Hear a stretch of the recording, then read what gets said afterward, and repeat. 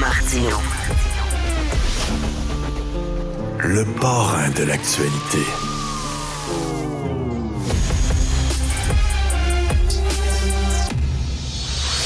Oublions jamais de placer les choses en perspective. Ça aurait dû être une grande célébration. C'est quand même gros ce qu'on évoque là. Très significatif pour bien comprendre tout ce qui s'est passé. Un professeur, pas comme les autres. Luc La Liberté. Luc, je veux pas faire de mauvais jeu de mots, mais le président de l'Inde, Modi, n'a jamais si bien porté son nom parce qu'il est en maudit. Qu'est-ce que tu penses de toute cette crise-là? Écoute, il y a tellement d'angles à exploiter. Le premier angle que j'ai envie de souligner, parce que ça rejoint le Canada et c'est une des problématiques auxquelles est confronté M. Trudeau dans sa réaction, puis dans ses allégations, voire ses accusations. On vient de terminer le G20 il n'y a pas tellement longtemps. Et on a bien vu à la face du monde à quel point pour plusieurs pays occidentaux, mais entre autres pour les États-Unis, mais aussi pour le Canada, à quel point l'Inde devient un partenaire qui est quasi incontournable. Quand tu as la plus grande population à l'échelle de la planète, que tu es un partenaire économique important et qu'on a besoin de toi dans cette région-là du monde pour faire contrepoids au développement de la Chine, ça change la donne.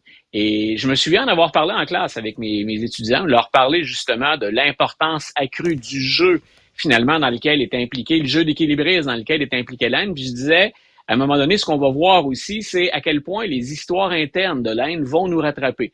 M. Modi a déjà été mis sur la touche, il a déjà été considéré pas comme un infréquentable, mais pas loin. Maintenant, il devient l'ami quasi indispensable, ou à tout le moins l'allié.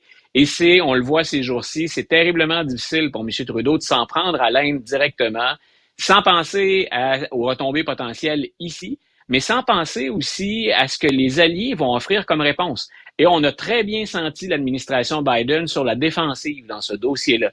M. Biden, là, il a reçu dans un souper, un dîner d'État, il a reçu dérouler le tapis rouge pour M. Modi.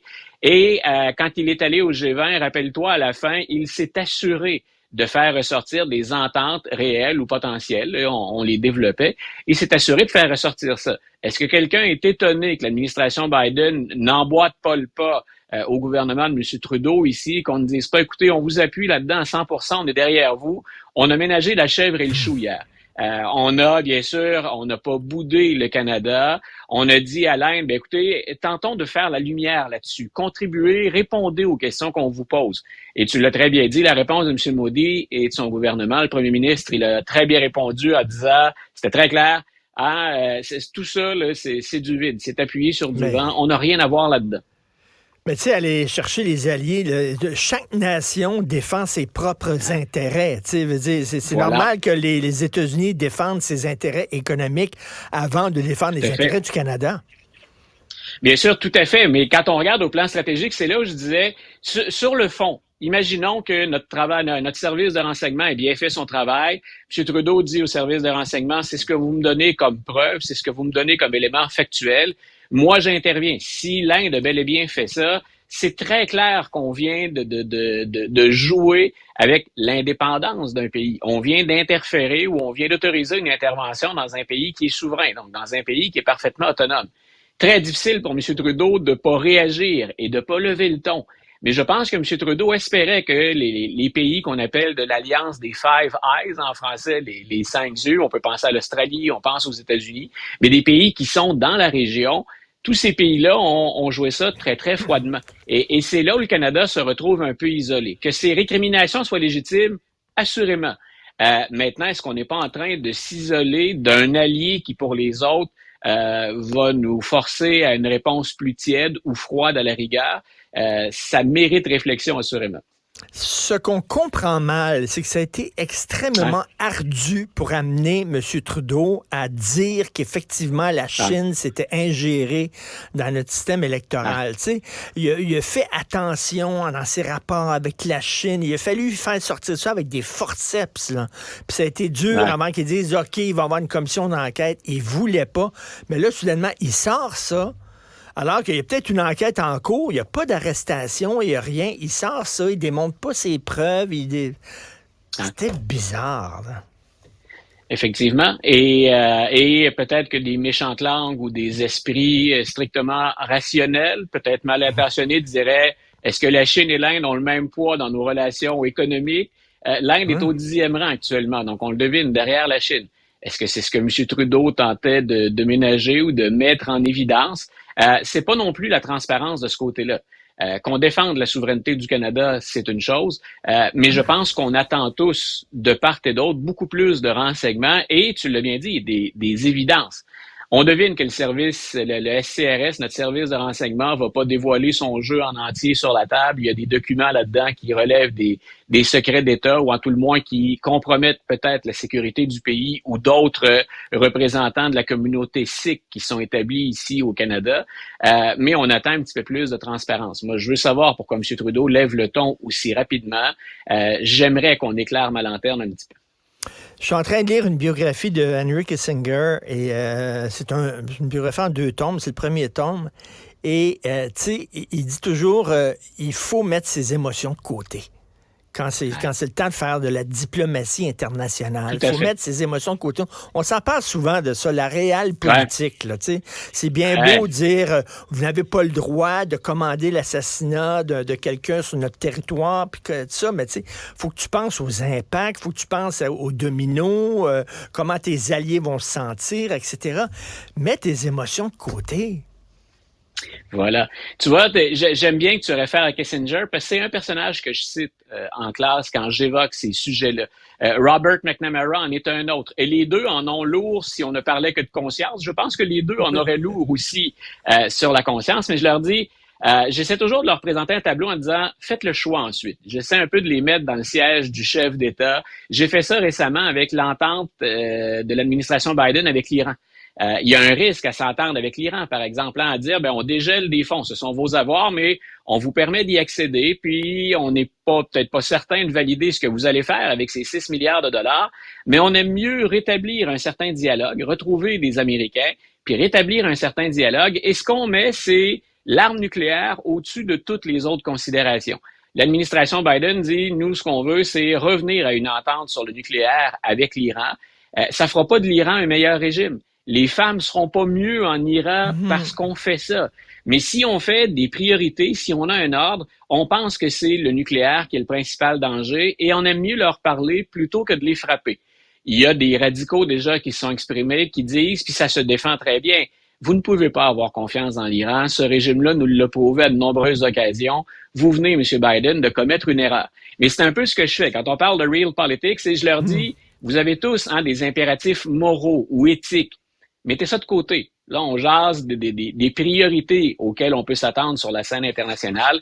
C'est, dans le cas de M. Trudeau et de l'Inde, exactement la situation, je pense, dans laquelle il se trouve. On l'a vu sans être méchant. On l'a vu, j'ai bien aimé la caricature d'Y dans le journal à ce sujet-là, quand il nous montre M. Trudeau brûlant ses habits qu'il avait déjà portés en Inde, qui n'étaient pas appropriés, qui ne le sont pas toujours. Mais c'est comme s'il regrettait d'avoir joué cette carte très émotive de « on se déguise en famille » pour essayer de faire semblant qu'on adhère à la culture ou qu'on la respecte à tout le moins. Et là, on est à l'opposé complètement de cette tentative de séduction. Écoute, tu parlais de Biden. Qu'est-ce qui se passe, là, le bras de fer entre Biden et le maire de New York? Explique-nous ça. Écoute, ça va être particulièrement intéressant si le maire Adams n'obtient pas ce qu'il veut. Quand je dis intéressant, c'est au plan électoral et pour les républicains. Jusqu'à maintenant, on a toujours l'impression que quand on parle d'immigration, c'est la position Trump, c'est la position républicaine contre la position démocrate. Nous, on a déjà mentionné ce sujet-là en disant c'est beaucoup plus complexe que des enjeux partisans. Il n'y a pas une administration qui aurait levé le nez sur une solution facile si elle existait. Maintenant, le maire de New York, M. Adams, a dit récemment l'immigration illégale. Ces gens qu'on transporte maintenant, puis ça, c'était la stratégie des républicains, du gouverneur Abbott au Texas ou encore de DeSantis en Floride, faisons goûter aux progressistes du Nord à la médecine de l'immigration massive. Et c'est 100 000 immigrants qu'on a dû accueillir à New York et on a dû puiser dans des fonds. C'est plus d'1 milliard de dollars que ça a coûté à la ville de New York pour offrir des soins à ces gens-là. Maintenant, le maire Adams dit, écoutez, l'administration peut faire plus et peut faire mieux sur l'immigration, puis entre autres sur le statut de certains de ces immigrants. certains d'entre eux, et ça l'administration Biden a les moyens de le faire, pourraient changer de statut et obtenir, ne serait-ce que temporairement, un permis de travail. Le calcul que le maire Adams fait, c'est on n'aura pas à mettre la main dans nos poches ou on n'aura pas à demander aux citoyens de l'État ou de la ville de payer pour accueillir tous ces gens-là parce que ça devient un poids qui est démesuré. Et donc, je répète, ce qui est intéressant dans ce dossier-là, c'est que c'est un démocrate. Et M. Adams est perçu par plusieurs au sein du Parti démocrate comme un peu l'avenir ou la stratégie que devraient embrasser les démocrates pour aller reconquérir des indépendants ou une partie de républicains déçus. Maire Adams, c'est quelqu'un qui n'a pas la langue dans sa poche, c'est quelqu'un qui lui aussi a un bagage politique, quelques casseroles qu'il traîne, mais c'est quelqu'un de très pragmatique, de très terre-à-terre, de très, très réaliste. Et il est bien conscient de son influence. Alors là, ce qu'il fait, c'est grosso modo des négociations avec l'administration Biden.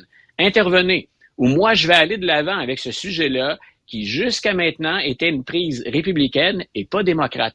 Certain que M. Biden a, et ses conseillers, enregistré la déclaration du maire Adams quand il a dit « ça peut être la fin de New York, ça peut être la destruction de New York si on ne fait rien ». Parce que c'est ça, les États du Sud qui recevaient les immigrants du Mexique, qui arrivaient dans les États du Sud, ils disent là, on va y choper dans le Nord. Parce que les gens du Nord nous regardent là, de haut là, en disant on est anti-immigrants, tout ça, ouais. Mais on va vous montrer c'est quoi recevoir plein d'immigrants. On va les envoyer en autobus chez vous. Voilà, donc, on avait commenté ça à l'époque et ce contre quoi j'en avais, c'est ce que les républicains avaient fait était illégal, ou en tout cas à la limite de la légalité. Maintenant, la stratégie de DeSantis et Abbott, tu l'as très bien dit, c'est fait quand on est loin du sujet, quand on a une perspective, quand on n'est pas concerné dans notre vie de tous les jours.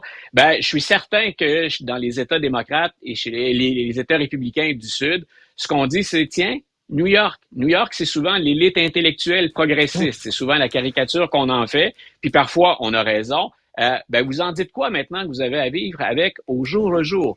Donc, je pense que Biden a intérêt à compenser M. Adams ou à lui offrir quelques portes de sortie parce que sinon, le sujet va revenir le hanter. C'est un des sujets, quand on regarde les sondages, c'est presque une question de l'urne, la question de l'immigration. On a vu comment M. Trump, en 2016, s'était gagné beaucoup de capital et de sympathie en exploitant cette question de l'immigration. Merci, Luc. On se reparle demain. Bonne journée, Luc La Liberté. Bye. Bonne journée, Richard.